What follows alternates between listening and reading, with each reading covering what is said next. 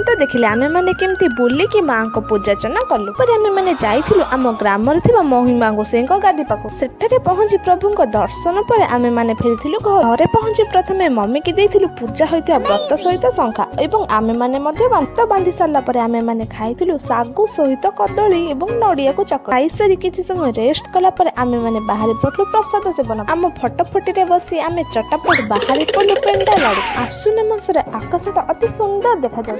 ଅଷ୍ଟମୀରେ ତ ମାଙ୍କ ଗୌରୀ ଅବତାରକୁ ପୂଜା କରାଯାଏ। ନବମୀରେ ମାଙ୍କର କେଉଁ ଅବତାରକୁ ପୂଜା କରାଯାଏ ଆପଣ ମାନେ ନିଶ୍ଚୟ କମେଣ୍ଟ କରିବେ। ସେଠାରେ ପହଞ୍ଚି ପ୍ରଥମେ ଆମେ ମାନେ ପାଇଥିଲୁ ମାଙ୍କର ପାଦୁକା ପାଇ ସିଧାସଳଖ ହାତ ଧୋଇ ଆମେ ମାନେ ବସି ପଡ଼ିଥିଲୁ ଖାଇବା ପାଇଁ। ଯେହେତୁ ଆମେ ମାନେ ଜଣେ ଜଣେ ଖାଣ୍ଟି ଓଡ଼ିଆ କଦଳୀ ପତ୍ରରେ ଖାଇବା ପାଇଁ ସମସ୍ତେ ପସନ୍ଦ କରିଥାଉ। ଖାଇବାରେ ଥିଲା ଅନ୍ନ, ମୁଗ ଯାଇ ବଡ଼ି ବାଡ଼ିଆ ଡାଲମା ସାଙ୍ଗକୁ ସର୍ବଶେଷରେ ଆମ ଓଡ଼ିଆଙ୍କ ପରମ୍ପରା ଅନୁଯାୟୀ କ୍ଷୀରି ଖାଇ ଖୁସି ଖୁସି ମନରେ ଘରକୁ ଫେରିଥିଲୁ। ଯଦି ଆପଣମାନଙ୍କୁ ଭିଡ଼ିଓଟି ଭଲ ଲାଗିଥାଏ ଚ୍ୟାନେଲକୁ ସବସ୍କ୍ରାଇବ୍ ଆଉ ଲାଇକ୍